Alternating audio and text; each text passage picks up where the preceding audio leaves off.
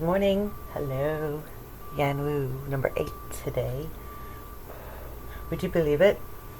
This is actually a legitimate redo because, and heck, this might be another redo because I couldn't, my microphone was turned off. And I recorded 20 minutes.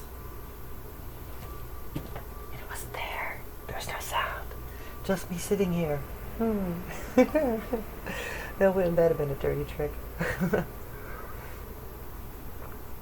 We call that silent read along.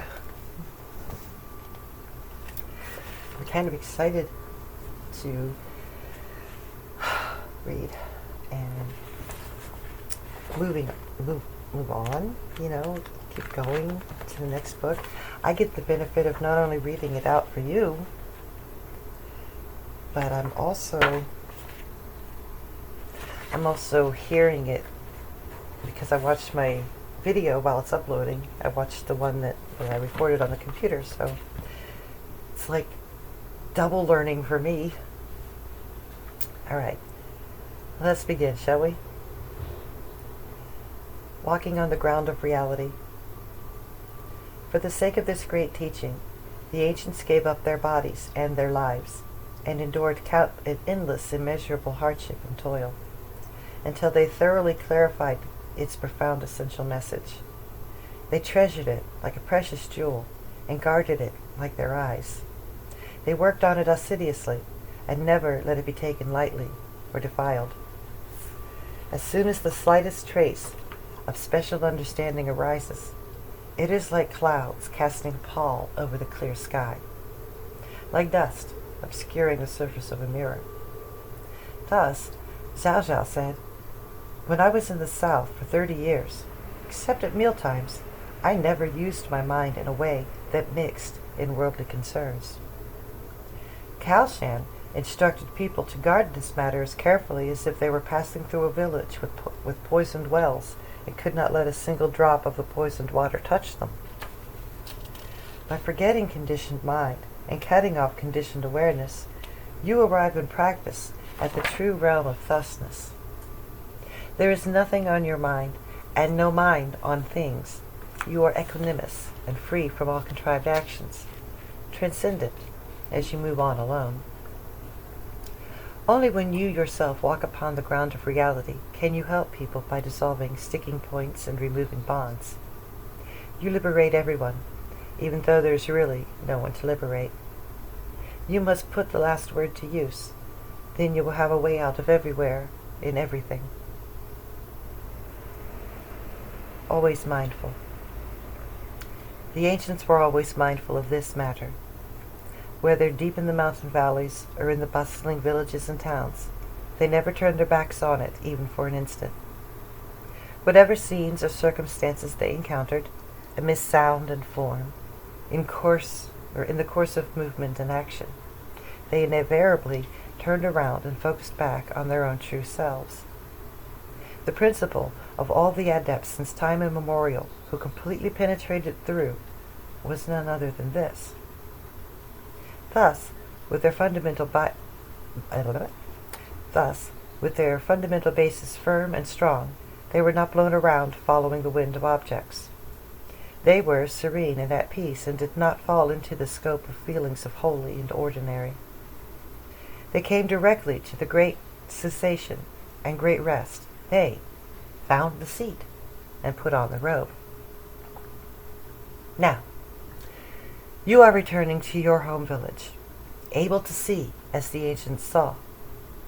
If you can make it continuous and unbroken, how will it be any different than when you were in the monastery, being guided by the abbot in doing your meditation work?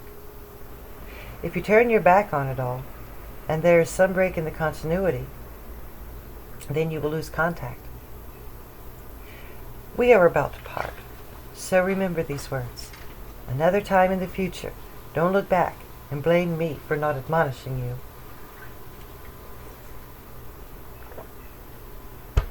Hot, hot, hot, hot. Coffee hot. Ooh, ooh, ooh, ooh. Okay, I was so eager to do this. I'm drinking boiling hot coffee for you. Be entertained.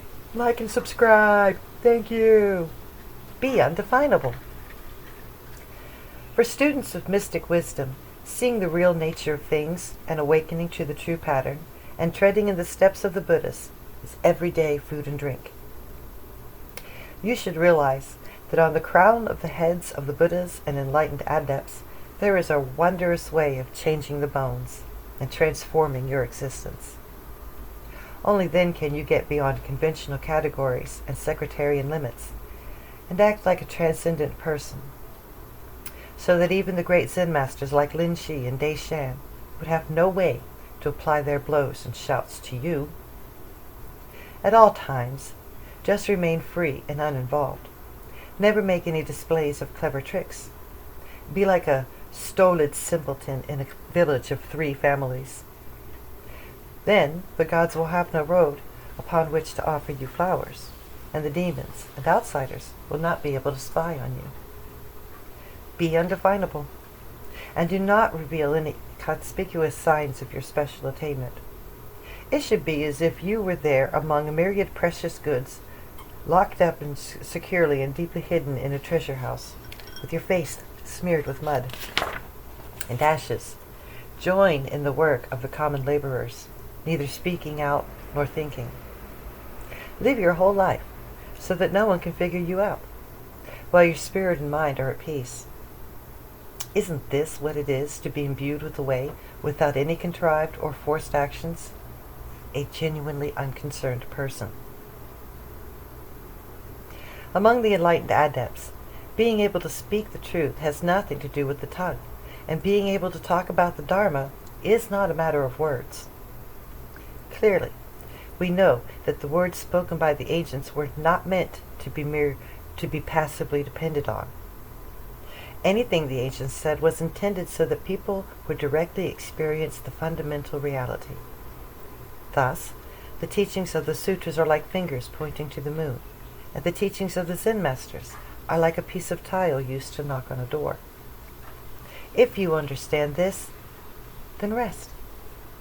If your practice is continuous and meticulous, and your application broad and all-pervading, and you do not deviate from this over the years, then you will mature in your ability to handle the teachings, to gather up and to release, and you will be able to see through petty things and cut them off without leaving a trace. Then, when you come to the juncture of birth and death and birth, where all the lines intersect, you won't get mixed up. You will be clear and unmovable, and you will be set free as you leave this life behind. This is deathbed Zen for the last day of your life. Completing the task. Awakening on your own without a teacher, for the primordial Buddha. You proceed straight to transcendent realization on the same road as 1,000 sages. You are able to let go and act freely, able to hold fast and be absolutely still, able to act the master. The whole appears before you in its completeness, without needing to be refined. It naturally becomes pure and right.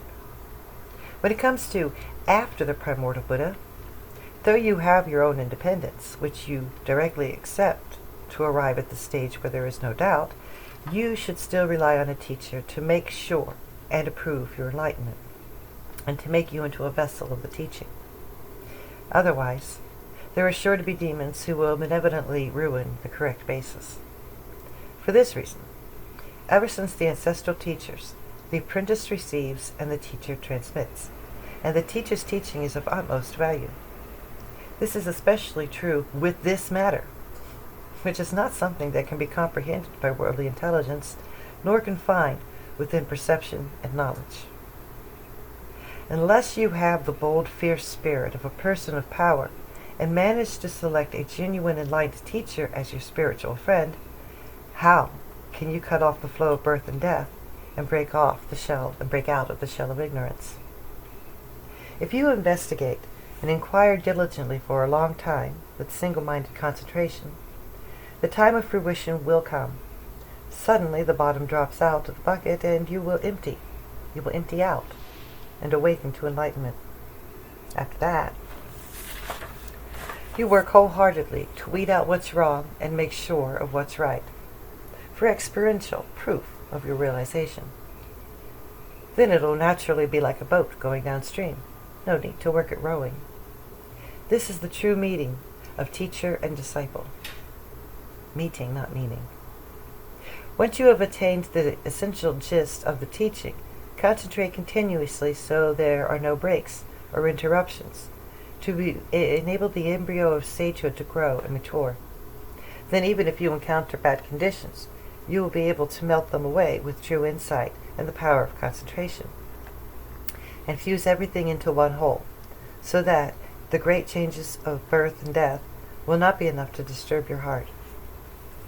Nurturing your enlightenment over many years, you become a greatly liberated person who is free from contrived actions and obsessive concerns. Isn't this what it is to have accomplished what was to be done and completed the task of travel?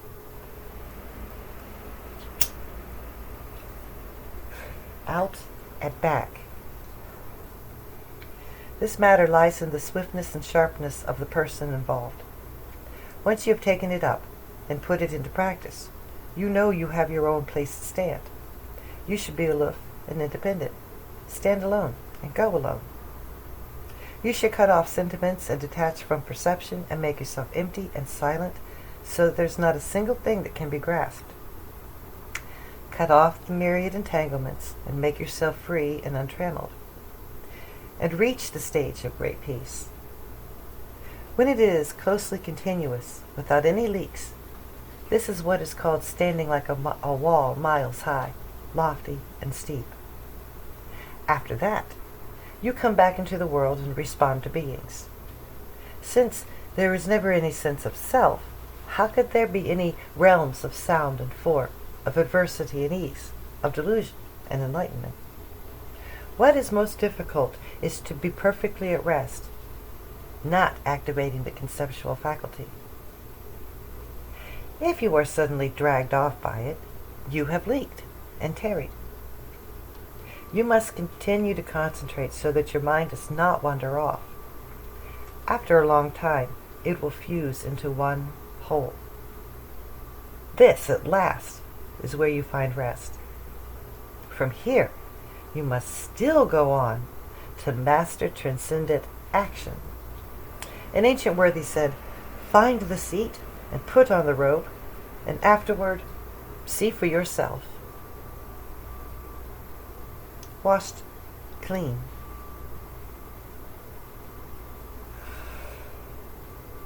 In visiting enlightened teachers and questioning them, you must see real nature and awaken to truth. As you directly forget feelings and put it into views, you are inwardly washed clean.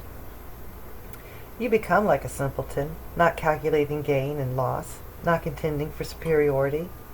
Favorable or adverse, you cut everything off and don't let it continue.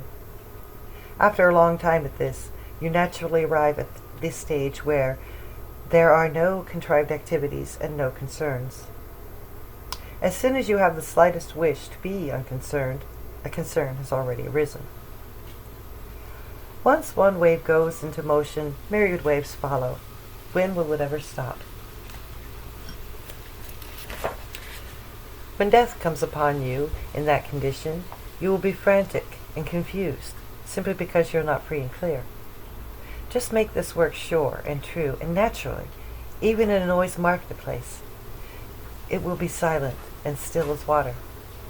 Why worry then that you will not accomplish your task? As soon as there is affirmation and negation, the mind is lost in confusion. How many people have been startled by this statement into making judgments and arguments? If you cut them off at the start, you penetrate through to the other side of the primordial Buddha. If you follow these words along, you will be even more confused. To get it, you have to turn your own light around and look back. Self and things. All the myriad things are neither opposed to nor contrary to your true self. directly pass through to freedom and try to make one whole. It has been this way from times without beginning. The only problem is when people put themselves in opposition to it, and spurn it, and oppose orientations of grasping and rejecting, creating a concern where there is none. This is precisely why they're not joyfully alive. If you can cut off outward clinging to objects, and inwardly forget your false ideas of self, things themselves are the true self. And the true self itself is things. Things and true self are one suchness, opening through to infinity. Then at all times, whatever you may be doing, it stands like a mile-high wall. Where is all the trouble and disturbance? Time and again, I see long-time Zen students who have been freezing their spirits and letting their perceptions settle out and clarify over a long time. Though they have entered the way, they immediately accept it as a single device or a single state, and now they rigidly hold to it and won't let it be stripped away. This is truly a serious disease. To succeed, it is necessary to melt and let go and spontaneously attain a state of great rest. The secret seal. Here at my place, there is no Zen to explain, and no path to transmit. Though 500 patch-robed ones are gathered together here, I just use the diamond trap and the thicket of thorns. Those who leap out of the diamond trap make an effort to leap out. Those who swallow the thicket of thorns swallow it with care. Don't be surprised that they have no flavor, or that they are dangerous and steep. If you suddenly attain realization, it is like returning to your native village in broad daylight, dressed in a brocade. Everyone will look up to you in admiration. In essence, you cannot find where this one comes from. It is called the fundamental matter that is inherently in everyone. As soon as you deliberately intend to accept or take it up, this is already not the fundamental anymore. Just get the myriad impulses to cease, even though the thousand sages, so even the thousand sages do not accompany you. Then how could there still be dependency? You should put everything aside right away and penetrate through to freedom on that side. That is why it is said, even the slightest thing is dust. As soon as you rouse your intellect, you are assailed by the demons of delusion. Forming all things just depends on that. Destroying all things also just depends on that. What should be formed and perfected? The causal conditions of special excellence. What should be formed and perfected? The causal conditions of special excellence, the treasury of merits and virtues, countless as the winds, the countless wondrous adornments and world-transcending rarities. What should be destroyed and obliterated? Greed and anger, and jealousy, emotional consciousness and attachments, contrived actions and defiled actions, filth and confusion, names and forms, and the imperative and the interpretive root, arbitrary views and knowledge and false sentiments. That can transform all things, but nothing can transform that. Although it has no shape or visage, it contains all of space. It contains the ordinary and nurtures the holy. If you try to grasp it through forms, then in grasping at it, you fall into the thorn of views, and you will never be able to find it. It is just this wondrous mind that the Buddha revealed and the ancient teachers directly pointed out. When you take it up directly, without producing a single thought, you penetrate from the heights to the depths, everything appears ready-made. Here, where it appears ready-made, you do not exert any mental effort. You go along freely with the natural flow, without any grasping or rejecting. This is the real esoteric seal. Bearing this esoteric seal is like carrying a lamp hidden in the darkness as you roam through the world without longing or fear. It is all in the realm of your own great liberation, continuing forever without interruption. That is why it is said that the fixed 16-foot golden body of Buddha functions as a blade of grass, and the blade of grass functions as a 16-foot golden body of Buddha. How could there be anything else? This side and that side. You came to my room and asked about the issues You came to my room and asked about the issues you have doubts about. I said, in this one matter, why do Zen teachers often speak to teachers of this side and that side? So I spoke to you about this. Cutting directly through based on the fundamental, how could there be any such plurality? Yet the Zen teachers imparted various expedient techniques and provisional techniques for the purpose of helping people enter into the experience of the way. Thus they imposed this division into this side and that side, though there is actually no duality. Haven't you seen this story? A monk asked Cao Shan, the agents upheld that side. How could you have me approach it? Or how would you have me approach it? And Cao Shan said, step back to your true self and you won't miss anything. On hearing this, the monk had an insight. This is what is called recognizing the intent on the hook that the teacher uses to fish for the student's true potential and not accepting the marks on the scale of a provisional definition as an absolute standard. You must reach the limit of the present time. Then you can take up the transcendent matter. But how will you manage to reach the limit of the present time? You yourself must be quick to apply your energies, slough off entangling sense objects, and make your heat free and clear. Edit error, we found another edit error. Fire that guy, fire that guy, no, never mind. He's a good guy. He needs to feed his children. Okay, ready? Not establishing anything, you penetrate through from top to bottom and become open and immediate, empty and still. Don't try to interpret this as some extraordinary experience. Just wait until you reach the accord with the fundamental, and you will naturally realize enlightenment on your own and reach the realm of great peace. How could this be conveyed in words on paper? Please try to see it with your own eyes. That'll be enough for today. Or this recording anyway. Later.